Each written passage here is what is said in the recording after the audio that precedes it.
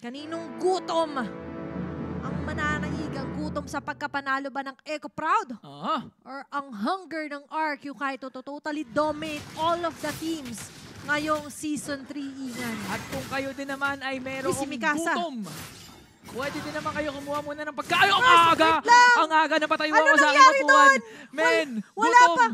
pang naglalakad dito. Hindi pa nga napapakita yung emblem set, yung TZ, umisa ka na. Si Sabi Sai niyo- pa yung kinuha mo. Sabi nyo kasi kanina, hirapan kami. Game 2. Eto, maaga. Oh, actually, both games kanina, hirap na hirap yung Echo sa early game. Oo. Ngayon- Technically, yung Game 1, sobrang ano yun eh. So, Tikip. nag-9K gold lead pa yung RRQ ng Yeah. game 1 eh. And that's hard. Kaya yun yung payo ko sa mga nag-RG dyan. Huwag nyo susukuan agad. Puro killing spree yung ano. Mga emblem natin, oh. Ay, assassin pala, custom assassin emblem, oh. Yeah. Oh. Pero, nandito na naman ang kalmot. Pero makakaligtas si Sai with the help of X-Nova as well. Mingwin mapipilitan na swing left. Kailangan nyo pa ba ako? Need me. No. Hindi na.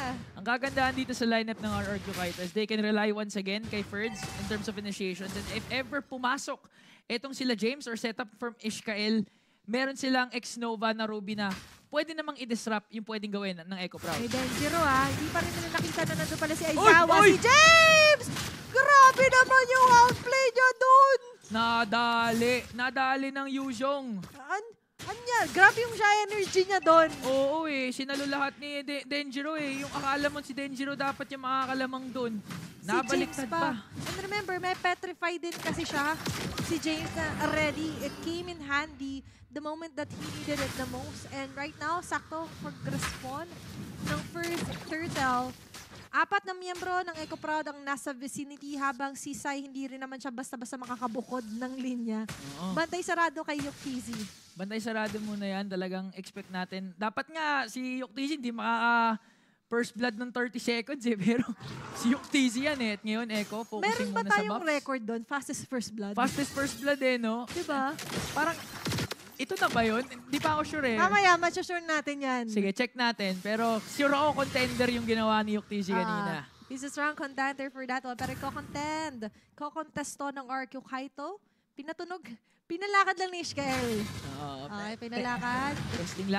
Testing the waters. Pero dito na nga, nakuha na ni Palos yung kanyang dalawang buff. So Nandiyan ready pa nang rin. makipagsabay ng Eco Proud. Technically, hindi nahuhuli pa rin naman sa level si Denjiro. Tingnan mo, level 6 nga siya, magle-level 6 pa lang si Palos. Oo. So kahit na namatay Nauna nga pa, siya no? doon ni James, tuloy-tuloy pa rin sila. Ang agang ginamit dito yung Red Dragon form for Eco Proud. Pero yung Turtle, masasecure dito ni James habang si Ishkael mapipilitan tumabog. Wala tatamaan, pero tatamaan na nga lang din ng mga blades. I see Bird. Ang nakakatakot dito, James pa nga ang nakakuha ng turtle. At the same time, mahihirapan mamaya yung RRQ Kaito actually mag-retreat.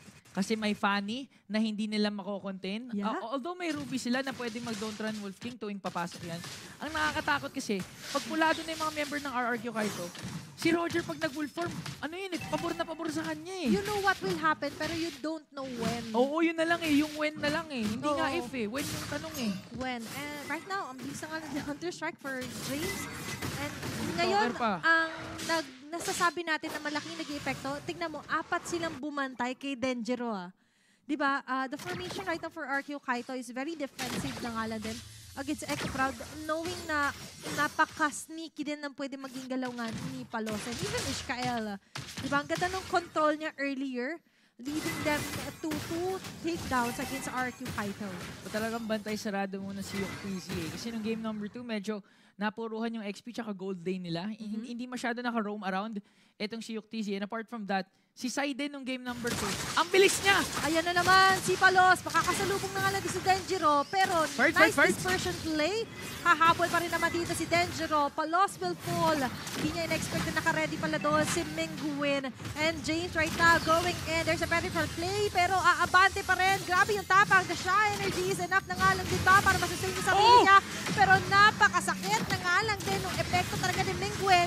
Denjiro will go in again with a kill. Make it 3 members na mapapatay nila. At lamang doon ang RQ Kaito. Alam mo na bakit, alam nyo na guys, bakit ayaw ng mga tao mag-Nolan. ang hirap kalaban. Oo. Nakita natin kahit ang daming pang-initiate ng Echo Proud, kahit pasugod pa nga palayo ang RRQ doon, pero teka lang, naagawan! Naagawan pa. Naagawan ni Nova. Nagalang doon sila ex-Nova, pero nandiyan sila Yukizi. Mareretain yung position niya, but not for long. At ngayon, na sabihin na natin na sakripisyo ang buhay ng ex-Nova, but it's for the greater good. They managed to get a turtle against Echo Proud. Kapalit ng turtle, orange buff ni Palos. Oo, sulit naman. Hindi nakakontest ang Echo doon. Pero sabi, expect the unexpected. Akala mo purple buff ni Palos yung dadaluin ng RRQ. Hindi, orange buff. Orange po. Pero ang aga na nga lang din ng dalaw dito na first at ni Mingwin. Mapipilitan ng babante rin si Lish kay Narizawa. Although maganda na meron ng gloom sa prevent nila yung overextend, overdive dito ng RQ Kaito. And in a few seconds, magre-respond na nga yung isa pang pag-go. Pero pagpasok by Ferds here. Muli sa Aizawa, Black Shoes activated. Medyo may kasakitan na talaga dito sila Mingwin. Pero aabante doon sa may bandang taas. Diversion play. Andyan na nga lang din na tatlo. Gawin natin 4. Nagwawala dito ang mga members ng Echo Proud. Pero still, yung Tori ang mapapabagsak. Malalagay sa alangan si Ishkael at mapapatay na nga lang din sa si James sa tagapagligtas. Maliligtas sa ba mga members? Pero mukhang siya pa ay madadamay sa hukay. Yukizi with a killing spree pero mahahatak at mapapatay pa rin ex-Nova with a shutdown kill. Echo Proud nalagay sa alanganin, 4 ang natanggal. The diversion play dahil 4 ang natanggal sa Echo. 4 kasi yung sumama sa RRQ doon sa diversion play. At ngayon, Denjiro, inisahan si Unkillable Killer Mage. Aizawa tutumba sa gitna at mo ang RRQ Kaito ulit ang nagko-control ng wheel of game number 3. Ito yung sinasabi natin kung bakit hindi talaga natin madalas nakikita na open yung Nolan kasi grabe din talaga yung epekto. Kaya niyang pumitas Kung ang funny, sneaky, eto harapan, kaya kanyang bigwasan. At ngayon RQ Kaito may hawak ng lead. 3.4k lead, Ingan. Tsaka statement din to for RRQ if ever manalo sila. Pinapatunayan lang ni Denjiro na hindi lang utility yung kaya niya. At si Palos ngayon, makakatakas. Pero still, nandiyan sila first. Nandiyan yung Minion Fury with a motivation roar. Makakaligtas sila. Pero si Minggu hindi nangalang din. Ex-Nova. And si Sai, makakaligtas pa rin naman sa crosshairs ng Echo Proud. Pero at what cost, Ingan? Another trade, a turtle para sa buhay ng isang miyembro ng RRQ Kaito. At eto na yung delikadong bush na pinaparating tinatambayan ng mga Nolan Nakikita natin si Denjiro, nag-aabang yan. Whether Aizawa, whether Palos or Yukizi, pag dumaan yan sa bush na yan, mababurst down ka agad ni Denjiro. Kailangan niya maglagay ng Angry Glooms. Alam ba niya ito? What's the call for RQ Kaito? Nandiyan na rin sila Yukizi. Nandiyan nagdidikit-dikit dito ang mga members. Ay, Nice check for Echo Proud. Pero yung diversion play, wala namang sasama. Pang! Psycho lang ng RQ Kaito. Nice, Gloomstone for Aizawa. Alam niya, nag-alam din niya yung galaw ng isang Denjiro na Nolan Usually kasi nga doon sumatambay at nakakita na tayong ilang highlights na nakakapatay ang isang Nolan doon sa bush na yon. But for RRQ Kaito still, they're still controlling the map, everything. Pabor na pabor sa kanila ang lahat in terms of turret pushes as well. Magbi-BOD pa. Magbi-BOD pa nga sila dito, pero teka lang. Pero Nova? maganda yung position ngayon ng RQ Kaito. And for me, nakikita natin na talagang sila ang may lead. 8-6 kill score. Lumulobo pa ng gusto yung gold lead na meron sila. Even under controls sa mapa, sila din ngayon na nakakalamang. Kasi kita mo si Sai, namatay man siya ng 2 beses. Pero ngayon, hindi na siya masyado nasa sight ng Echo Proud. Tsaka laking epekto talaga ni Mingwin with the Lugi. Yung diversion play talaga yung nag-extend ng lead Yun yung turning point na RRQ Kaito na talaga yung clear na lamang sa laban na ito as of now. Kaya kanina talaga, sinasabi ko na wait lang yung Luigi talaga Denjiro? ni Mingwin. Game changer. Pero si Denjiro, he's just testing the waters. And so far, Echo Proud, they're left alone na nga lang din sa base nila. Hindi sila masyado makakapag-overextend.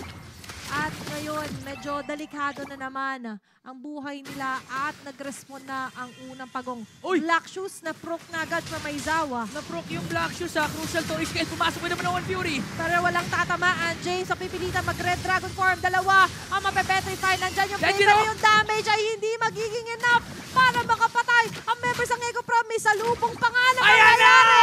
At mapapatay pa ni Saito si Aizawa. Ishkael will fall as well. An unstoppable kill for Denjiro. Yung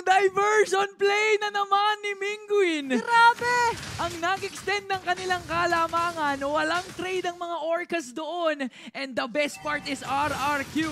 Meron pa silang Lord na pupunta sa top lane. At ngayon, tila bang ibon na tinanggalan ng pakpak si Palos. Hindi na siya basta-basta makapaglayag. Ito yung weakness talaga ng isang Fanny.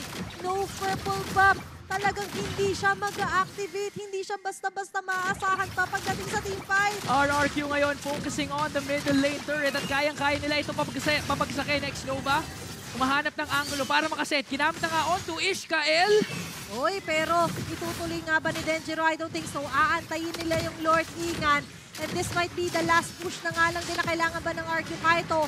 Lumobo na onto the 10k gold lead. Si James ginagawa ang lahat para i-clear. First Lord pa lang to, pero ganito nakahirap agad ang Echo Proud. Butas na ang base ng Echo Proud. Isang inhibitor turret na lang sa baba ang natitira. Meron silang enhanced minions sa gitna.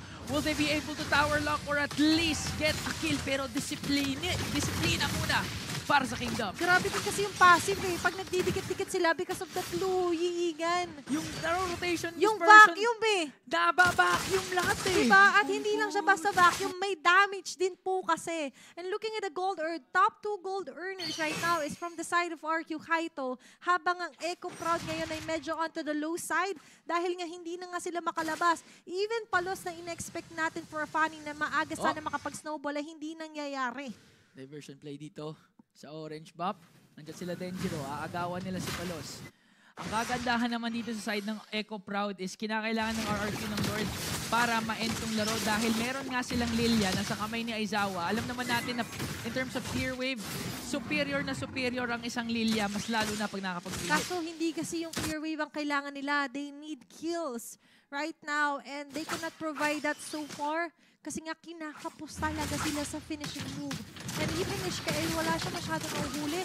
And technically, okay sana yung mga minion play niya, Minion Fury, Dabog. Pero looking back, no, ang ginagawa din kasi ng RQ Kaito, isa lang ang nagpo-proc sa kanya. It's either Xnova or even Purds. And you want to use that onto a macro play, pero nagiging micro. Baited sila dito ng RQ Kaito. Okay, walang purple buff itong si Palos. So most likely, hindi na sila ko-contest para sa Lord na ito.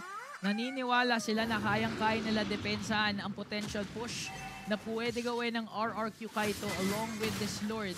And at the same time, kailangan kasi talaga nila bantayan yung base, yung diversion play. Hindi na sila makakalapit. Oo, na pwede mangyari kasi delikado din talaga. And RRQ secures the Lord. Nila doon. Next no ba? Abante pa lang doon si ano eh. Si Palos eh. Sabi, sige umamba ka. Ituloy mo yan, may petrify ako. Diba? And imagine, unang Lord, ganun na yung epekto sa Echo Proud. What more with the second Lord, Ingan? Grabe na. Kailangan ng matatag talaga na depensa from the back-to-back champs, the Orcas.